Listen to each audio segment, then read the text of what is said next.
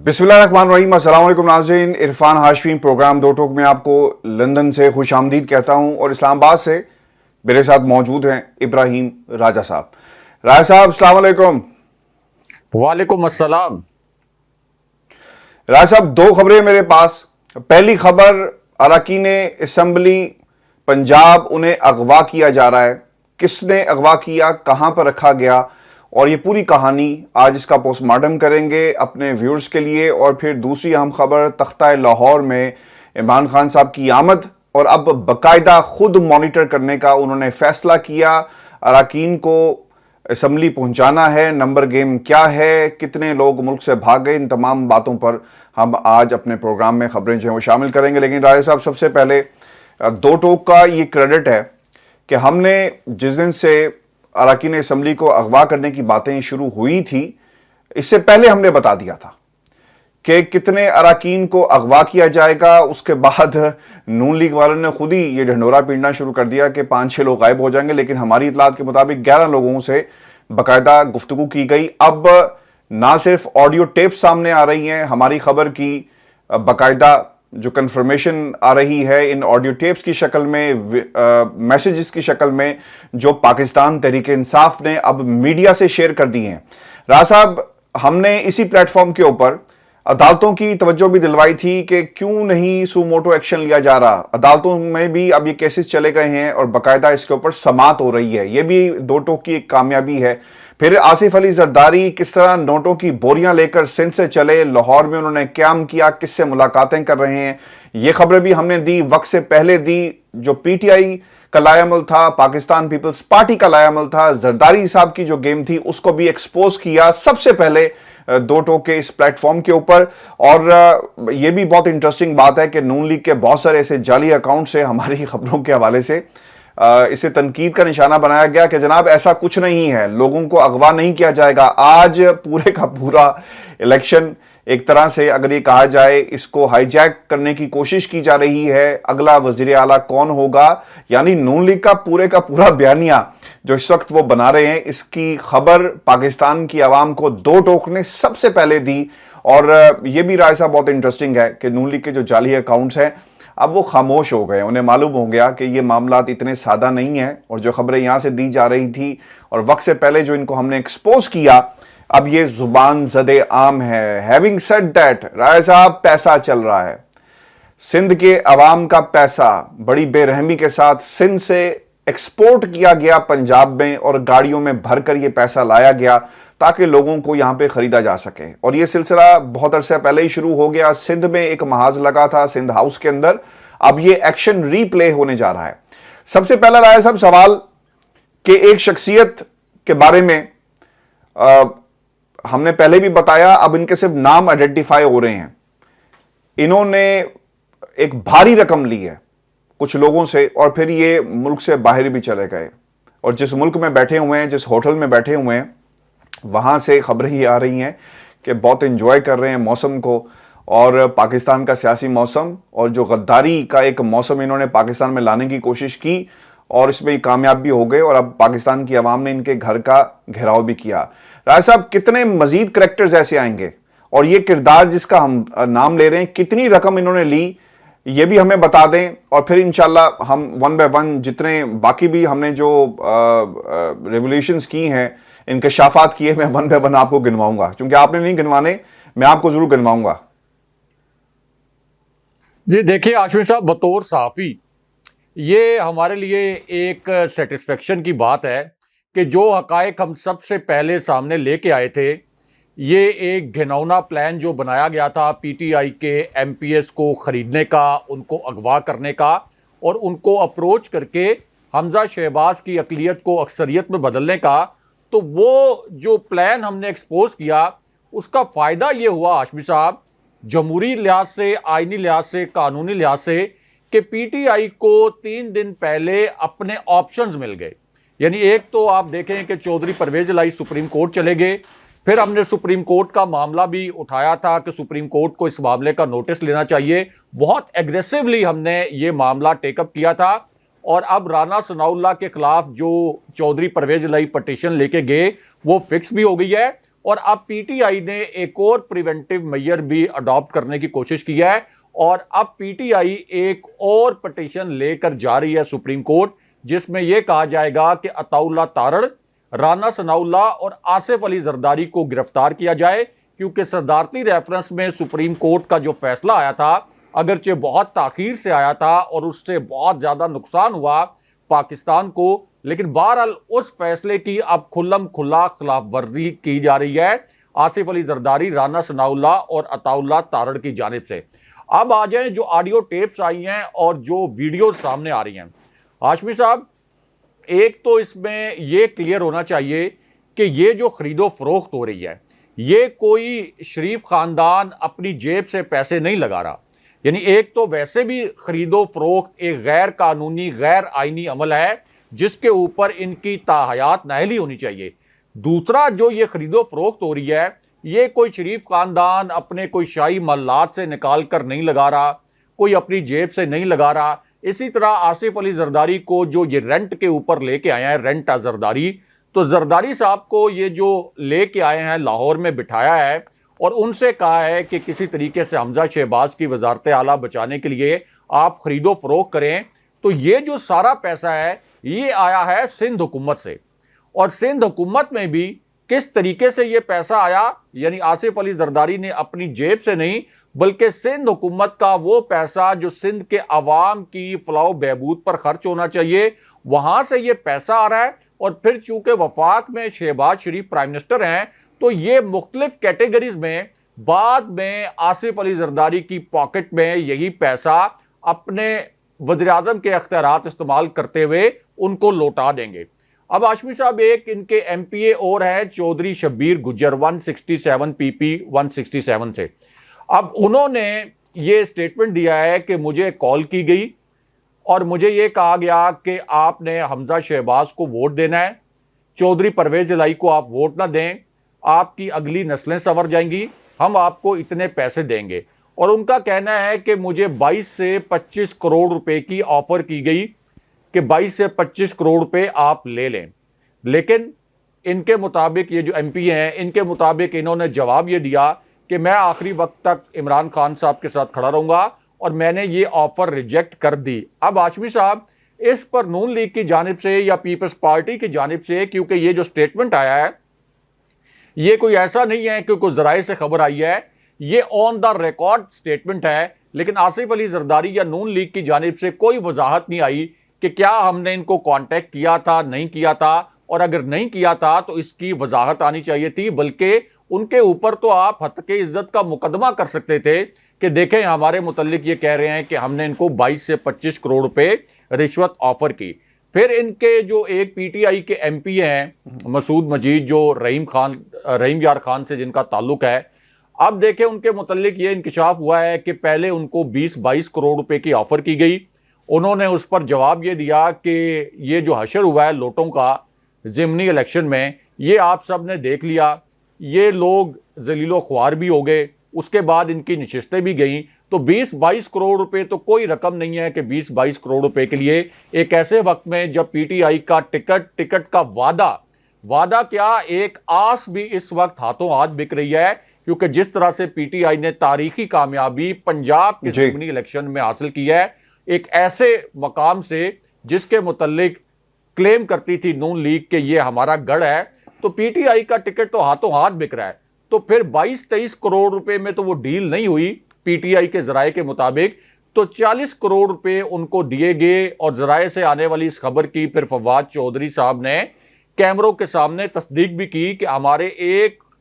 MPa को 40 करोड़ रुपए में खरीदा गया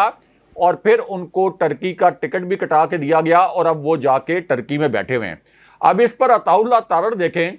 बैक डेट का एक इस्तीफा जिसके ऊपर अब एक पिछली तारीख डाली गई है और कह रहे हैं कि 3 अप्रैल से उन्होंने इस्तीफा दिया हुआ है। अच्छा, 3 अप्रैल से उन्होंने इस्तीफा दिया हुआ है, तो अताउल्ला तारड़ के पास ये इस्तीफा कैसे पहुंचा? और 3 अप्रैल से तो पंजाब हुकूमत नहीं बनी ना,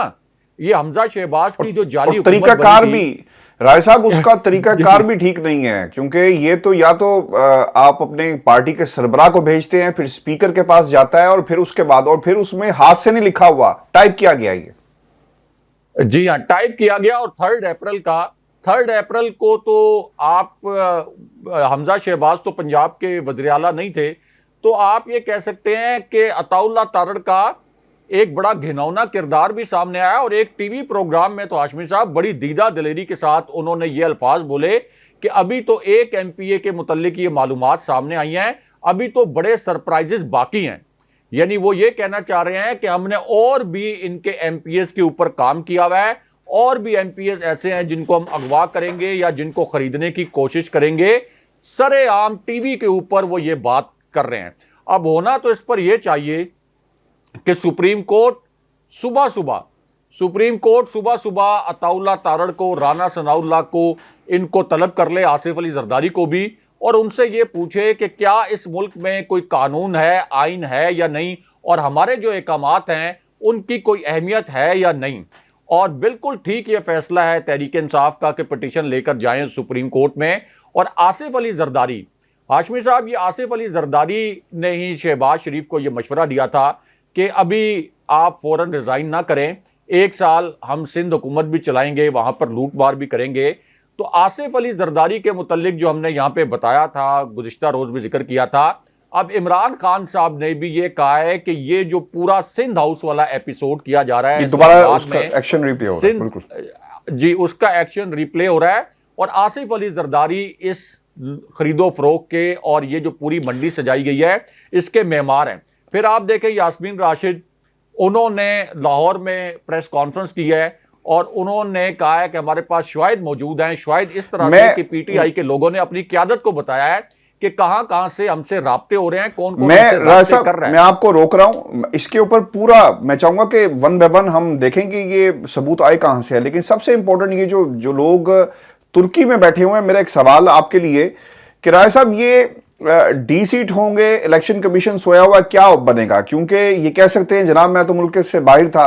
और मेरे तक तो हदायत भी नहीं पहुंची, और फिर आकर कहेंगे कि जनाब ये तो मेरा इस्तीफा ही नहीं है। तो इनकी पोजीशन बड़ी डामाडोल सी है, लीगल पोजीशन भी क्लियर नहीं है, और इसीलिए इनको इस तरह जो तरीका वारदात था जो इस्तेमाल किया गया है कि आप एक इस्तीफा देंगे वक्त से पहले और मुल्क से बाहर होंगे, तो कल को सवाल तो इनकी तरफ से भी हो सकता है कि जनाब मेरा तो सियासी मुस्तकबिल जो है वो खत्म हो गया और अब मैं किसी जमात की तरफ भी नहीं जा सकूंगा इतने पैसे लेने के बाद। देखिए आशफी साहब, सुप्रीम कोर्ट का जो फैसला आया था उसके मुताबिक पार्टी हेड अगर डायरेक्टिव्स दे देता है कि आपने वोट कहां पर डालना है, और उसके बाद पार्टी हेड के डायरेक्टिव्स को अगर फॉलो नहीं किया जाता, उसकी खिलाफ वर्जी की जाती है, तो इसका मतलब यह है कि वो डी सीट होगा। ये सुप्रीम कोर्ट का फैसला आ गया कि वो डी सीट होगा अगर पार्टी हेड की हदायत की खिलाफ वर्जी करता है। आप इससे अंदाजा लगा लें कि ये सुप्रीम कोर्ट के जो अहकामात थे, इलेक्शन कमीशन अगरचे पीटीआई के उन 25 मुनरिफ अरकान को जिन्होंने हमजा शहबाज को वोट डाल दिया था, उनको डी सीट नहीं करना चाहता था। आप देख लें कि कितने दिन उन्होंने वो केस फंसा के रखा, लेकिन सुप्रीम कोर्ट का जो फैसला आया, जो बहुत ताखीर से आया, लेकिन उस फैसले के बाद, और वो फैसला भी शायद इस वजह से आया कि जो पब्लिक रिएक्शन आया था इमरान खान साहब के जलसों में सुप्रीम कोर्ट के फैसले में ताखीर पर, उसकी वजह से फिर सुप्रीम कोर्ट ने शायद वो फैसला भी दे दिया। लेकिन उसके बाद फिर इलेक्शन कमीशन ने डी सीट किया। फिर हाशमी साहब, उसमें एक बात यह भी है कि उस वक्त ये एक आर्गूमेंट करने की कोशिश की गई कि इमरान खान साहब के जो अहकामात थे और जो असद उमर ने अहकामात भेजे थे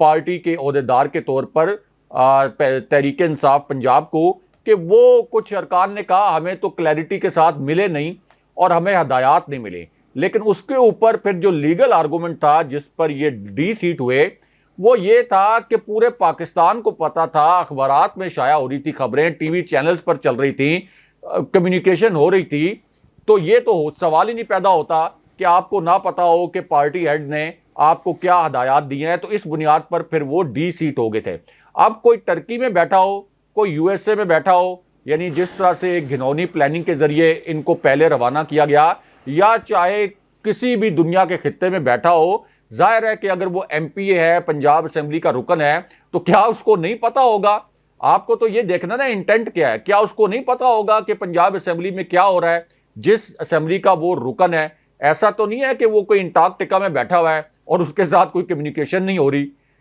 तो इस वजह से ये जो लीगल आर्गुमेंट है ये बिल्कुल बोगस है। इलेक्शन कमीशन इनको बचाने की पूरी कोशिश करेगा, लेकिन इस वक्त जो एक माहौल है इमरान खान साहब के साथ, और इस वक्त अदालतों को भी मजबूरन कुछ ना कुछ फैसले करना पड़ रहे हैं आवाम की नब्ज को देखते हुए कि आवाम इस वक्त कितने और सवाल गजबनाक भी हुए है। हैं, तो ये आर्गुमेंट नहीं चलेगा। एक और भी सवाल है, दोस्त मजारी साहब नंबर 186 है, एक तुर्की चले गए 187, और दोस्त मजारी जो हैं डिप्टी स्पीकर जिन्होंने ये सारा खेल और हमजा शहबाज को मुंतखब करवाया गैलरी में खड़े होकर, सर उनका भी फ्यूचर स्टेक पे अब लगा हुआ है क्योंकि हदायत जारी की गई है और वो भी अब नाअहल होने जा रहे हैं। देखें आशफी साहब, एक तो 371 का ये जो पंजाब असेंबली का ऐवान है, इसमें आईनी तौर पर तो 186 आपके पास अरकान की तादाद होनी चाहिए वज़ीर आला बनने के लिए और फिर अपनी वजारत आला बरकरार रखने के लिए। लेकिन इसके ऊपर जो अब ऑर्डर्स आए थे सुप्रीम कोर्ट के और उससे पहले हाई कोर्ट के, तो उसको इस तरीके से इंटरप्रेट किया गया था कि अगर 186 अरकान की हमायत कोई भी उम्मीदवार हासिल ना कर सके तो फिर रिकाउंटिंग होगी और उस वक्त ऐवान में जितने लोग मौजूद होंगे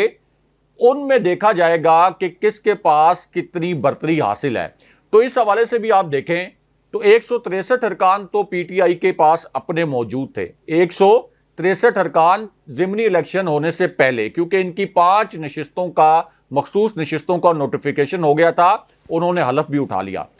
उसके बाद 15 नशिस्तें इनके पास आ गई जो इन्होंने ज़िमनी इलेक्शन में जीती, अगरचे वो 16 नशिस्तें थीं। रावलपिंडी वाली PP7 के नशिस्त ज़बरदस्ती धौंस धांधली के जरिए पीटीआई को हरवाई गई, तो ये इनकी नशिस्तें बन गई 178। उसके बाद काफ लीग के पास अपनी नशिस्तें हैं 10। इसका मतलब है कि इनके पास अपनी नशिस्तें सी 188 और 186 का जो मैजिक फिगर है 371 के ऐवान में, वो भी हर कानूनी आईनी पैमाने के ऊपर अगर उसको परखा जाए तो वो पीटीआई को और काफ लीग को हासिल था। किसी भी सूरत, यानी अगर 186 को एक मैजिक फिगर मानकर आप आगे चलें तो इनके पास 188 अरकान की हमायत हासिल थी। फिर दूसरा जो इसमें यह कहा गया कि एक काउंटिंग का एक और दौर होगा अगर 186 अरकान किसी के पूरे ना हुए, तो उसमें भी जाहिर है कि तहरीक इंसाफ को बहुत बड़ा एडवांटेज हासिल है, क्योंकि नून लीग के पास कुल मिलाकर नशिस्तें बन रही हैं 179 और फिर 2 उनके एमपीएस ऐसे भी हैं जो कि इस्तीफा दे चुके हैं। तो इसका मतलब है कि कम से कम 9 अरकान की इनके ऊपर इन्हें बर्तरी हासिल है। तो अब हाशमी साहब,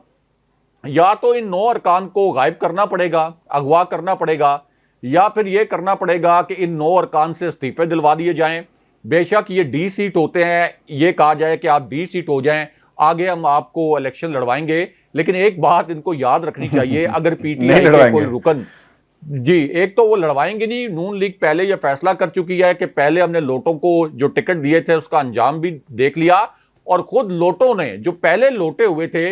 उनको इबरत अब हासिल हो रही है कि जहांगीर तरीन जैसे पावरफुल फिगर की सपोर्ट होते हुए भी वो लोटे नून लीग के टिकट पर नहीं जीत सके, इबरत का निशान बन गए। तो अब कोई भी पीटीआई का एमपीए 1 करोड़ दफा सोचेगा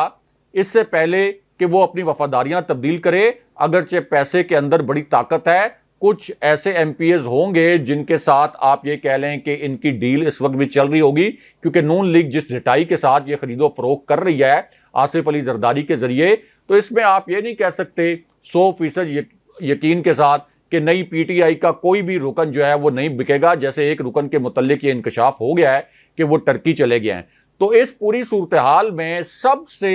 एक आइडियल सिचुएशन ये है कि मुल्क को आईनी बहरान से बचाने के लिए और पंजाब असेंबली का जो अवाम घेराव कर सकते हैं उससे बचाने के लिए, क्योंकि एक लाहौर में आज मुजाहरा हो गया है और फिर खान साहब खुद भी जा रहे हैं मॉनिटरिंग के लिए, उससे बचाने के लिए कि सुप्रीम कोर्ट ने जो हियरिंग फिक्स की है उसके अंदर सुप्रीम कोर्ट ये डायरेक्टिव्स दे दे कि पार्टी की हदायत से हट कर कोई भी वोट नहीं दे सकता, और किसी किस्म की कोई खरीदो फरोख्त की गई तो उसके खिलाफ सख्त तरीन कार्रवाई होगी। यहां तक कि ऐसे लोगों की तो नायलियां होनी चाहिए ताकि ये पाकिस्तान की सियासत से इस किस्म का गंद जो है वो साफ हो। और इस गंद को डालने में इलेक्शन कमीशन का इसलिए बहुत बड़ा हाथ है कि जब सेनेट के इलेक्शन को ओपन बैलेट के जरिए करवाने के लिए खान साहब सदारती रेफरेंस सुप्रीम कोर्ट में लेके गए थे, तो चीफ इलेक्शन कमिश्नर ने वहां भी ओपन बैलेट के जरिए सेनेट का इलेक्शन करवाने की मुखालफत कर दी थी। यानी वो चाहते थे कि ये इस तरह की धांधली और ये जो सियासत का गंद है ये पाकिस्तान की सियासत में मौजूद रहे। राय साहब, कुछ बयाने हल्फी भी जमा करवाए गए हैं पाकिस्तान तहरीक इंसाफ के लोगों की तरफ से, और इस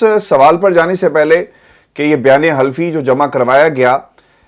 इसकी अब हैसियत क्या होगी, चूंकि अदालतों में इसको प्रेजेंट किया जाएगा और बाकायदा अब तो रिकॉर्ड भी पेश कर दिए गए और ऑडियोज भी आना शुरू हो गई हैं। उससे पहले मैं बता दूं कि चौधरी मसूद मजीद जो है वो रात 3:27 पर तुर्की रवाना हुए। मसूद मजीद टर्किश एयरलाइन की परवाज TK715 पर लाहौर से इस्तांबुल जो है वो रवाना हुए, और अब इन पर इल्ज़ाम लगाया गया है ऑब्वियसली 40 करोड़ लिए, अब इन्हें हजम करना है, तुर्की जाकर देखें क्या हजम कर पाते हैं। अब राय साहब, 3 लोगों के बयान हल्फी सामने आए हैं। इन 3 लोगों की तरफ से कहा गया कि उन्हें इन्फ्लुएंस करने की कोशिश की गई, कड़ी से कड़ी मिलाते जाएं, और जिस दिन से हम शोर मचा रहे हैं कि ऐसा काम होगा, अब ये बयान हल्फी आना इसकी ऑब्वियसली एक जमानत भी है। और फिर दूसरी तरफ राय साहब, इन बयान हल्फी के साथ साथ इन्होंने भी इल्ज़ाम लगाया, यानी पाकिस्तान तहरीक इंसाफ पर भी इल्ज़ाम लगाया जा रहा है कि इन्होंने भी कोई ऐसा काम किया। पाकिस्तान की अदालतें इसको कैसे देखेंगी, इन बयान हल्फियों को? चूंकि बयान हल्फी तो राय साहब अदालतों में बहुत सारे आते रहते हैं, और किस तरह केस पर इसका असरअंदाज होगा। हैविंग सेड दैट, सिंध के अंदर ज़िमनी इंतखाब उसे मुलतवी कर दिया गया है और इस पर सिंध हाई कोर्ट का दरवाजा खटखटाया जाएगा, यानी इलेक्शन कमीशन पाकिस्तान पीपल्स पार्टी की सिंध में बी टीम बना हुआ है और पंजाब में नून लीग की बी टीम बना हुआ है। देखिए आशमी साहब, पाकिस्तान के कानूनी निज़ाम के लिए ये बड़ा डिफाइनिंग मोमेंट है, और सुप्रीम कोर्ट से एक अपने फैसले की ताख़ीर की वजह से जो गलती हुई थी उस गलती को सुधारने का मौका है कि इससे पहले कि 22 जुलाई का इलेक्शन उसी तरह हो जिस तरीके से एक गैर आइनी तरीके से इमरान खान साहब की हुकूमत गिराई गई थी, फिर पंजाब हुकूमत भी गिर गई, और जब दोनों हुकूमतें गिर चुकी तो उसके बाद फिर सुप्रीम कोर्ट का फैसला आया। तो इस मरतबा सुप्रीम कोर्ट के पास वक्त है, 22 जुलाई को ये इलेक्शन होना है, और सुप्रीम कोर्ट इससे 24 घंटे पहले इस किस्म के डायरेक्टिव दे सकती है जिसके नतीजे में ये जो खरीदो फरोख्त है, यानी जिसके जितने अरकान हैं वो उतने अरकान किसी और पार्टी को वोट नहीं दे सकते। ये सुप्रीम कोर्ट के पास बहुत सी ऐसी क्लॉजेज होंगी। जाहिर है कि जज साहिबान जो हैं वो कवानीन उन्होंने पढ़े भी होते हैं, वो आइन को भी जानते हैं, आइन की किताबें पढ़ी होती हैं, उनको पता है कि किस क्लॉज के तहत किस किस्म के डायरेक्टिव जो हैं वो जारी किए जा सकते हैं। लेकिन ये करना इसलिए ज़रूरी है आशमी साहब ताकि पाकिस्तान के आइन पर और कानूनी निज़ाम से आम लोगों का एतमाद मुकम्मल तौर पर ना उठ जाए, वरना लोग ये कहेंगे कि इलेक्शन का फायदा क्या है, इलेक्शन में जाकर वोट डालने का फायदा क्या है। यदि एक आप ये देखें कि एमपीए को अगर 1.5 लाख वोट डला है, 1.5 लाख लोगों ने जाकर वोट डाल दिया उसको बैलेट बॉक्स में उसके, और उसके बाद वो एमपीए टिकट, यानी अगर उसके पास नून लीग का है या तहरीक इंसाफ का, जमात इस्लामी, किसी भी जमात का टिकट है, उसने उस टिकट की बुनियाद पर वोट ले लिए, 1.5 लाख लोगों ने वोट दे दिए, अब उसके बाद 1.5 लाख लोगों के वोट्स का सौदा कर लिया जाए, तो इसका मतलब क्या है कि ये 1.5 लाख लोगों के बुनियादी हुकूक इस वक्त मुतासिर हो रहे हैं। तो इसलिए इस मामले का नोटिस लिया जाना बहुत जरूरी है आशमी साहब, वरना यहां पर तो एक मिसाल ऐसी सेट हो जाएगी, इससे पहले भी पाकिस्तान में ऐसी घिनौनी मिसालें रही हैं कि जिसके पास पैसे हैं करप्शन के, इस तरह की खरीदो फरोख्त करने के लिए, नोटों की बोरियां लाने के लिए, जिसके मुतालिक कहा जा रहा है कि 14 अरब रुपए आसिफ अली जरदारी सिंध हुकूमत के वसाइल से लेके आए हैं, और नोटों की जो फ्रेश नोट हैं उनकी बोरियां वो यहां पे लेके आए हैं। और जानबूझ के आशमी साहब ये जो बोरियां लाने वाला एक अमल है, और इसकी फिर तशहीर भी की जाती है थोड़ी सी लोगों को लालच देने के लिए भी, ताकि लोग थोड़े से टेम्प्ट भी हों, यानी जो भी एमपीएस हैं, जिस तरह से इससे पहले चौधरी सालिक हुसैन को डॉलर्स देने की बात सामने आई थी। तो इस पूरी सूरत हाल में अवाम का रियासत के ऊपर से एतमाद उठ जाता है कि ये किस किस्म की रियासत है कि यहां पर जिन लोगों ने करप्शन के जरिए पैसे इकट्ठे किए वो असल में हमारे वोटों की तौहीन करते हुए, हमने जिसको भेजा असेंबली के अंदर और फिर हमारे वोटों से जिसने वज़ीर आला मुंतखब होना था उसको वज़ीर आला मुंतखब नहीं होने दिया गया। तो इसका मतलब है कि इस रियासत से एतमाद उठ जाएगा अवाम का, और रियासत किससे होती है? अवाम से। रियासत जो है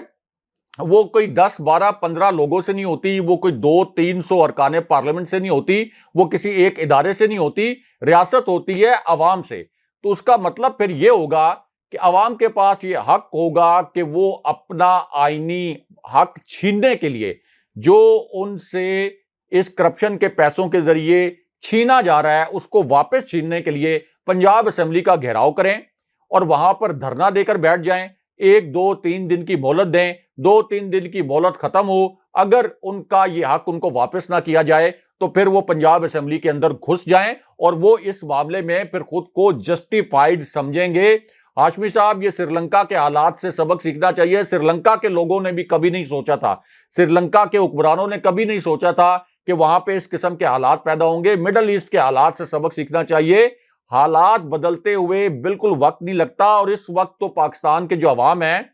वो इस कदर तंग है, यानी एक तरफ तो आपकी मैशियत बिल्कुल दिवालिया होने के करीब है, डॉलर 225 को क्रॉस कर गया, स्टॉक मार्केट आपकी क्रैश होगी, आईएमएफ की डील आपकी लटक गई, ऊपर से महंगाई का कहर और ऊपर से आप उनको ये उन पे जुल्म कर रहे हैं कि वोट उन्होंने पीटीआई को दिए, वो पीटीआई का वज़ीर-ए-आला बनवाने के लिए उन्होंने वोट दिए और अब आप उनके वोटों के ऊपर दिन दहाड़े डाका भी डाल रहे हैं। तो फिर आखिर ये अवाम अपना जो इश्तियाल है, ये जो गमो गुस्सा है, ये कहां पर उतारेंगे? अवाम कहां पर उतारें ये अपना गमो गुस्सा? उसका फिर एक ही हल रह जाता है कि ये जो गमो गुस्सा है वो इस किस्म के फसादात में बदल जाता है, पुरतशद्दुद मुजाहरों में बदल जाता है, जिस किस्म के हालात हमने